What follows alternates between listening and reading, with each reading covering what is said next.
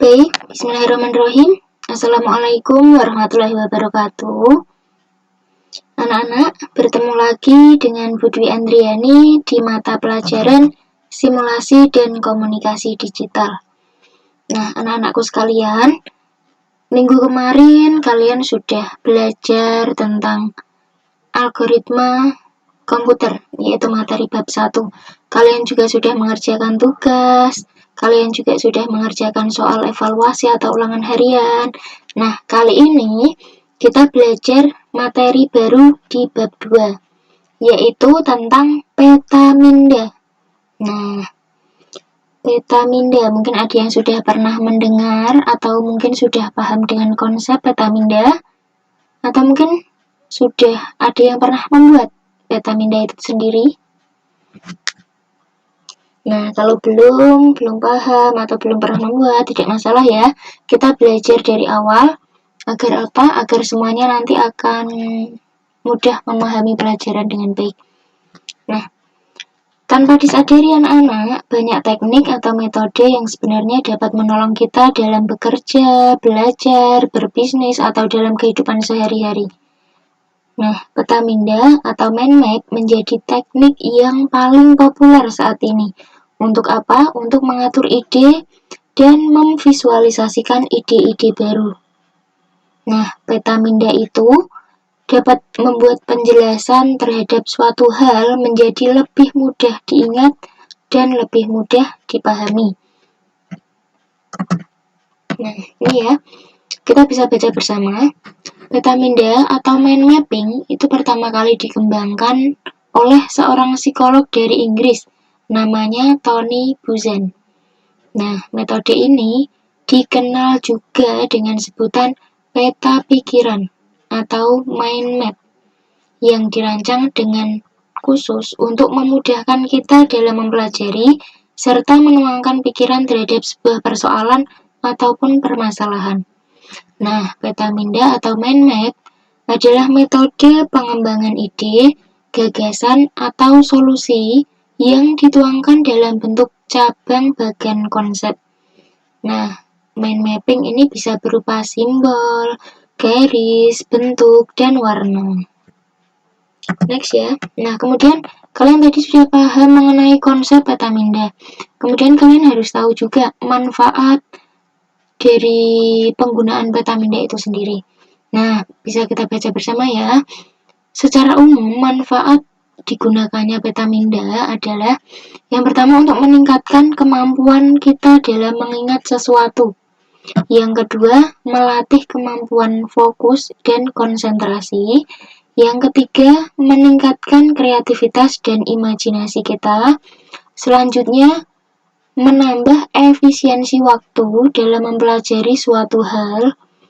Yang terakhir, dapat digunakan sebagai metode belajar, pengembangan ide, ataupun pemecahan masalah. Nah, kalau itu manfaat secara umum ya, bisa didapatkan oleh entah itu pebisnis ataupun teman-teman yang lainnya.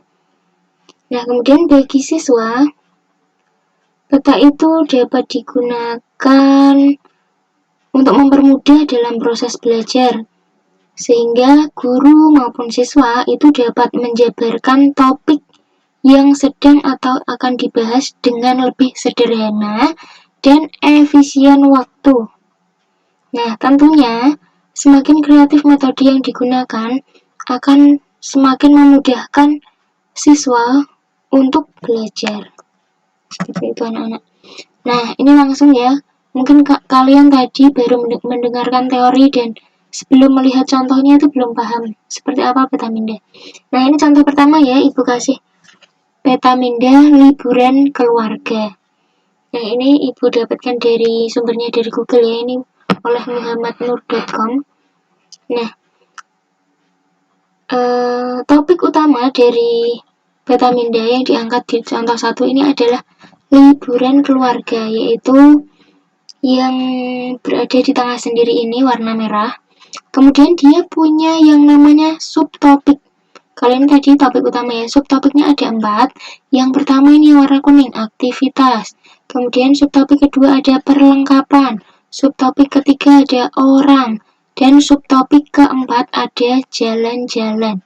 Nah, di subtopik aktivitas ini dia punya yang namanya subtopik lagi. Di antaranya ada aktivitasnya berkuda, renang, belanja, main bola, dan lain-lain. Kemudian perlengkapan yang dibutuhkan untuk liburan keluarga itu ada sepatu, kaos, baju renang, sandal, topi, dan lain-lain. Kemudian orang, siapa saja yang nanti akan diajak liburan keluarga ini? Ada ayah, ada ibu, paman, sepupu, teman, dan lain-lain. Kalian bisa menambahkan sesuai keinginan kalian sendiri. Nah, kemudian jalan-jalannya nanti tujuannya kemana saja. Yang pertama tujuannya ada ke taman, kemudian waterpark, kemudian mall, kemudian pantai. Nah, agar lebih menarik dan mudah ingat, itu biasanya dikasih ini sepertinya simbol-simbol atau warna ataupun cetak tebal ataupun gambar-gambar menarik seperti ini. Nah, kalian sudah ada bayangan ya. Ini contoh Petamenda yang pertama, yaitu topik utamanya liburan keluarga. Nah, yang kedua, jadi tadi contohnya yang kegiatan menyenangkan liburan keluarga ya. Nah, ini contoh Petamenda. Selanjutnya, ini bisa berhubungan dengan topik pelajaran. Nah, misalnya kita topik utamanya itu misalnya negara Indonesia. Nah, Indonesia ini punya beberapa subtopik. Nah, diantaranya yang dijelaskan di sini adalah ada suku, kemudian bahasa, lagu, dan agama. Kemudian subtopik itu dijabarkan lagi menjadi beberapa. Diantaranya suku ada suku Gayo, ada Batak, ada Bedui, ada Jawa, ada Sunda, dan lain-lain ya. Kemudian bahasa itu juga ada macam-macam. Yang disebutkan di sini ada 3 ya, Jawa, Melayu, Padang. Nah, kalian bisa menggantinya dengan bahasa lain, tentunya yang ada di Indonesia. Nah, kemudian agama itu ada beberapa, lagu juga ada beberapa, bisa kalian lihat ya. Nah, seperti itu. Contoh selanjutnya, ini acara atau kegiatan ulang tahun. Nah, ulang tahun ini sebagai topik utama. Nah, topik utama ini punya yang namanya subtopik. Subtopiknya ada alamat. Nah, ketika kita mau mengundang teman-teman, pastinya alamatnya harus ditentukan. Alamatnya ada jalan apa, nomor berapa, kota apa. Nah, kemudian subtopik yang kedua yaitu waktu. Waktunya itu harinya apa, jamnya itu jam berapa. Dan selanjutnya ya, itu ada subtopik acara, minuman, makanan, dan undangan. Kalian bisa saksikan sendiri ya. Nah, selanjutnya ini Petamenda atau peta konsep tentang pembelajaran lagi. Ya, ini topiknya itu perkembangan teknologi pendidikan. Nah, subtopiknya ada beberapa, ada pengertiannya, ada sejarah, ada permulaan, ada kawasan teknologi pendidikan, ada sejarah desain pembelajaran, dan yang terakhir ada sejarah perkembangan teknologi pendidikan. Nah, masing-masing subtopik tadi ini masih bisa diuraikan lagi. Misalnya, pengertian teknologi pendidikan bisa kalian tulis di cabangnya lagi di bawahnya. Sejarahnya juga dan seterusnya ya. Nah, gimana sih tadi kalian contohnya sudah tahu. Kemudian gimana sih Bu cara membuatnya? Saya kok penasaran.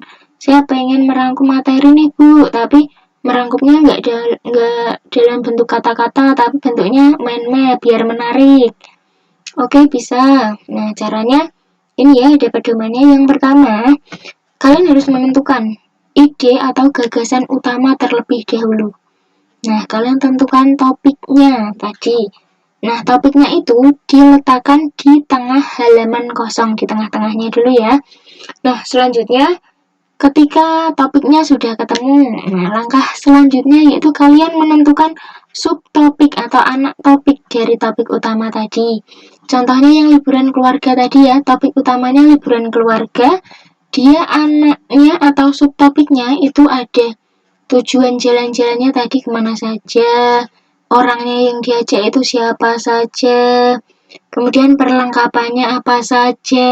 Nah, itu subtopiknya. Nah, kemudian kalau topik utama dan subtopik sudah ditentukan, kalian tinggal menghubungkan masing-masing subtopik tadi ke tengah topik utama dengan garis penghubung. Nah, garis penghubungnya ini bebas mau lurus, mau miring, mau lengkung, itu bebas sesuai kreasi kalian. Mau dikasih warna juga boleh. Yang keempat, kalian juga bisa membuat subtopik yang lebih kecil dari subtopik sebelumnya. Nah, maksudnya membuat subtopik lagi dari subtopik yang kedua. Misalnya tadi ya, topik utamanya liburan keluarga. Kemudian subtopiknya ada perlengkapan. Nah, subtopik berikutnya berarti perlengkapannya tadi apa? Misalnya perlengkapan makan, perlengkapan mandi, perlengkapan sholat. Nah, nanti diuraikan lagi perlengkapan makan, ada piring, ada sendok, ada garpu, mangkok, dan seterusnya. Seperti itu ya. Nah, kemudian usahakan untuk menulis sesingkat mungkin. Jadi hanya kata-kata utamanya saja. Tidak perlu ditulis secara detail karena ini merupakan peta konsep ya. Bukan rangkuman tertulis dari suatu laporan, itu bukan ya. Jadi usahakan menggunakan kata yang sesingkat mungkin dengan 1 atau 2 kata topik saja. Kemudian selanjutnya, kalian ulangi proses tersebut sampai semua ide dan gagasan yang ada di pikiran kalian tertuang dalam peta pikiran tersebut. Nah, yang terakhir, tadi ya, semua topik, semua pemikiran sudah tertuang semuanya. Nah, yang terakhir yaitu untuk mempercantik mind map, kalian bisa menggunakan warna, gambar, ataupun simbol yang kalian sukai untuk meningkatkan visual peta pikiranmu. Jadi, dengan melihat tulisan yang ada warnanya, ada gambarnya, atau simbolnya, orang akan tertarik, akan mudah memahami. Seperti itu. Kalian juga bisa memvariasikan ukuran teksnya, misalnya dibuat besar, kecil, sedang, dan lain-lain. Kemudian ditambahi gambar-gambar atau icon tertentu. Kemudian warnanya juga dipilih warna yang tajam atau warna yang samar. Seperti itu akan mempengaruhi visualisasi ya. Simbolnya juga seperti itu. Anak-anakku mungkin itu saja yang dapat Ibu sampaikan. Apabila nanti masih ada dari kalian yang kurang paham atau kurang jelas, bisa kalian tanyakan di forum diskusi kita ya, menggunakan Google Classroom ataupun di WhatsApp group. Nah, sekian dari Ibu. Kemudian untuk minggu depan, kalian ada penugasan dari Ibu ya. Nah, penugasannya ini bisa di foto atau bisa di screenshot. Yang pertama, buatlah 2 contoh mind map dengan menggunakan kaidah atau langkah-langkah yang telah Ibu jelaskan tadi di atas. Dengan ketentuan, kan buat 2 tadi ya. Yang pertama temanya tentang sekolah, entah itu tentang pelajaran, misalnya pelajaran sejarah Indonesia, kemudian atau pendidikan kewarganegaraan atau mapel yang lain ya. Yang kedua itu temanya bebas, misalnya seperti tadi tentang liburan keluarga, atau mungkin kalian suka tentang turnamen sepak bola atau apa, bisa kalian buatkan mind mapnya. Jadi mind mapnya contohnya ada 2. Yang pertama temanya tentang sekolah, yang kedua temanya bebas. Nah, ketentuannya buatlah semenarik mungkin ya di kertas atau di buku tugas kalian. Setelah itu, tugas yang sudah selesai bisa kalian kirim ke kolom pengumpulan tugas Google Classroom. Waktu pengerjaannya 1 minggu sejak hari ini atau sebelum pertemuan selanjutnya dimulai. Jadi, misalnya ini hari Senin, berarti sebelum hari Senin diusahakan sudah terkumpul semua. Untuk apa anak-anak? Agar kalian tidak terbebani dengan tugas-tugas yang akan datang selanjutnya. Oke ya, jika ada kendala atau pertanyaan, silahkan kalian hubungi Bu Dwi. Terima kasih. Sekian materi tentang peta minda hari ini. Akhirul kalam, wabillahi taufiq wal hidayah. Wassalamualaikum warahmatullahi wabarakatuh.